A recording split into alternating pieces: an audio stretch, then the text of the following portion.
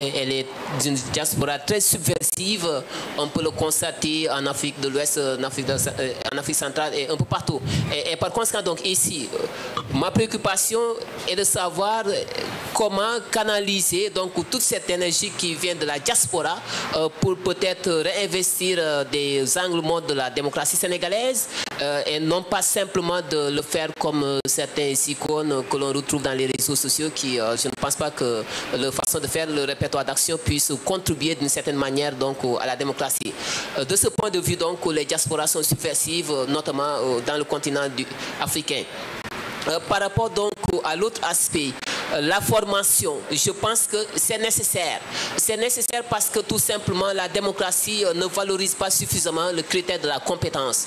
Et du coup donc dans l'hémicycle, on a des profils assez divers et variés qui n'ont pas toujours les compétences, les outils nécessaires en matière de contrôle de l'action du gouvernement. Donc les techniques constitutionnelles. Je suis sûr, au départ, dès qu'ils sont élus, la plupart des députés ne sont pas suffisamment outillés dans ce domaine. Et par conséquent, donc, la formation de ce point de vue est nécessaire. De la même sorte, à partir de la loi constitutionnelle de 2016, l'on a élargi les compétences de l'Assemblée nationale pour introduire l'évaluation des politiques publiques. Mais nos députés, je suis désolé de le dire, ne sont pas suffisamment, ne sont pas du tout outillés dans ce domaine. L'évaluation, c'est un métier, c'est tout un art. Et par conséquent, donc, pour développer cette expertise, de mon point de vue, nos députés ont besoin donc d'être formés, d'être capacités dans ce domaine. Et donc, je pense que de ce point de vue également, il faut relativiser parce que pour qu'ils fassent de manière efficace leur travail, ils ont besoin quand même d'avoir les outils nécessaires. Et par conséquent, donc, si par exemple, l'on prend un député qui peut-être ne s'y connaît pas trop dans ce domaine, comment voudrions-nous qu'il travaille efficacement en termes de contrôle de l'action du gouvernement? Comment voudrions-nous également qu'il soit efficace en termes d'évaluation des politiques publiques alors qu'il ne sait même pas peut-être que ce que c'est l'évaluation en tant que telle? De ce point de vue, donc, je pense que il est nécessaire d'introduire donc dans le plan de formation donc des députés des formations qui sont nécessaires pour leur capacité donc dans le travail. Un autre point, le dernier peut-être, sur les institutions invisibles. Ici, l'on ne prend pas la notion d'institution du point de vue normatif, mais du point de vue des sciences sociales. Et la notion, le concept d'institution invisible a été introduit donc dans la littérature scientifique par le prix Nobel d'économie Arrow. Et il y a un excellent travail qui a été fait également par peut-être aujourd'hui le plus grand historien de la démocratie, tout au moins dans le monde francophone, Pierre Rosenvallon, sur les institutions invisibles. Donc c'est son ouvrage et je vous renvoie à cet ouvrage et, pour dire qu'encore une fois, donc c'est un concept, une notion qui a été très bien travaillée du point de vue scientifique et l'on entend ici la notion d'institution du point de vue des sciences sociales et non pas du point de vue normatif. Voilà globalement. Et le dernier sur le maintien du président de la République dans le Conseil supérieur de la magistrature.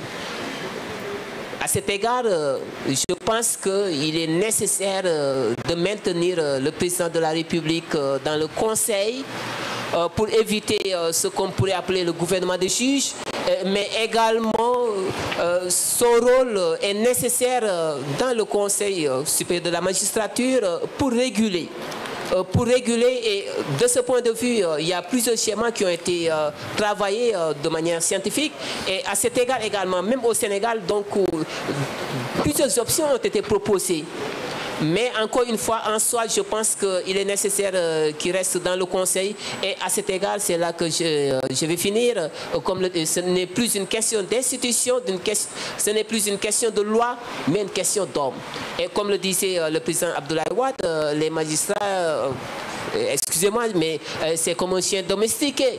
Même si vous le lâchez, il revient pour parler un peu donc, de la capacité donc, de la capacité d'intégrité des uns et des autres dans l'exercice de leurs fonctions.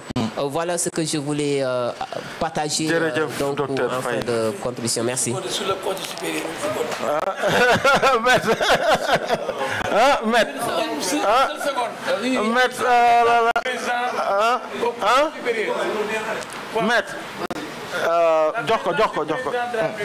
Au sein du Conseil supérieur de la magistrature. C'est vrai, Wade avait dit que les magistrats, ils ne veulent pas être indépendants. Nous, si vous les laissez, ils veulent vous dire attachez-nous. Parce que beaucoup n'ont indépendance. Mais dans ces conditions, s'il y a un Conseil supérieur de la justice, où il n'y a pas que seulement les magistrats, mais il y a des avocats, des notaires, des greffiers, des huissiers et des experts, présidé par le premier président de la Cour suprême, qui doit être le magistrat le plus ancien et le plus gradé.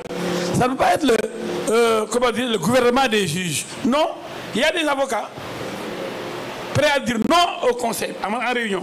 Les notaires, les huissiers, ce ne sera plus un monopole des magistrats. Au conseil, on va contrôler le travail des magistrats et il y aura appel à candidature pour occuper un poste de procureur qui ne dépendra plus du ministre de la Justice, qui ne dépendra plus de l'exécutif, et le juge lui-même ne sera plus nommé par le ministre, il sera nommé par appel d'offres avec des délibérations du Conseil supérieur de la magistrature. Merci beaucoup, maître. Oui, mais comme non, vous avez toujours un droit de réponse parce que moi je considère et je partage la position du professeur Faye, qui est celle de l'Union des magistrats du Sénégal. Ça veut rien dire. Attendez, non. Donc, les acteurs eux-mêmes... Non, mais je n'ai pas fini. Et là où je partage une partie de votre analyse, c'est que moi, je suis pour l'élargissement du Conseil. C'est vrai que si vous l'appelez magistrature, voilà, vous n'accueillez pas les autres membres de la compagnie judiciaire. Néanmoins, je considère que le président de la République, compte tenu de sa légitimité populaire, pourrait présider le Conseil. Mais il ne nommerait pas les magistrats. Je considère qu'il faudrait un comité ad hoc au sein de ce Conseil-là qui, voilà, sur la base évidemment des textes, etc., nommerait les différents, aussi bien juges que procureurs. Le rôle du président de la République pourrait être un rôle de contrôle. Et ça me paraît important. Je considère que le premier président, enfin le magistrat le plus ancien, il est quand même parti. Il est juge et il est parti. Le président de la République a suffisamment de hauteur et de légitimité pour présider ce conseil. Néanmoins, pour éviter ce qu'on a toujours connu, c'est-à-dire ce lien de dépendance, il ne nommera plus les magistrats. Ce serait confié à une commission ad hoc de pairs qui mettrait en application les textes dans le cadre de la gestion de la carrière de la compagnie judiciaire. Je pense qu'on peut avoir cet équilibre-là, parce qu'effectivement, je pense qu'il faut ouvrir le conseil.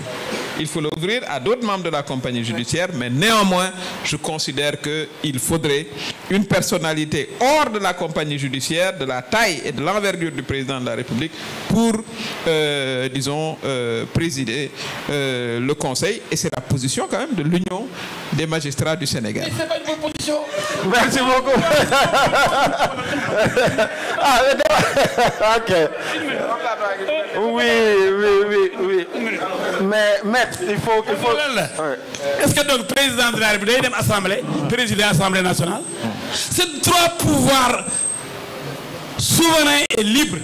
Est-ce que le président de l'Assemblée, président de la République, il président de l'Assemblée nationale pour contrôler l'Assemblée. Chaque pouvoir est souverain. Donc, c'est pas normal qu'un président, chef de l'exécutif, vienne gérer et contrôler le judiciaire. Il y a des mécanismes de contrôle interne, mon ami. Vraiment, on aurait aimé gagner. S'il vous plaît, on aurait aimé poursuivre vraiment. Et c'est ça le Sénégal d'ailleurs. Je pense que PM wax nako, Maître El Hadji wax nako, ñi fi jël kaddu yépp wax nañ ko. J'ai juste 2-3 infos à partager, s'il vous plaît. La première info, moi, le panel de demain. Bi nga xamanteni dinañu waxtané mbirum arrêté Ousmane Ngom, 14 ans de violation de la Constitution, avec un point d'interrogation. Et comme intervenant, dinañu am maître Alassane Dioma Ndiaye, qui est ancien président de la Ligue sénégalaise de défense des droits de l'homme, et puis un éminent avocat. Nous aurons Oumar Cyril Touré, alias Tchad, coordonnateur du mouvement Y'en a marre. Nous aurons Madame Zahra Iyane Thiam, ancienne ministre. Nous aurons aussi le doyen Ben Aboubakar Benjeloun aussi, qui est expert en énergie renouvelable, mais en même temps qui est acteur de la société civile. Donc ce panel sera facilité par Madame Aïda Sopignan. Donc lolo moy rendez-vous soubabi, première chose. La deuxième chose, Tchad, le coordonnateur, suggère qu'on ait une photo de famille juste à la fin comme ça. Troisième chose, moi, nous allons prier. Pour nous terminer, il faut nous retirer. Et malheureusement, à l'endroit de la presse, il n'est pas prévu de point de presse après ça, parce que Goudina déjà. Et je sais que Madame PM a amené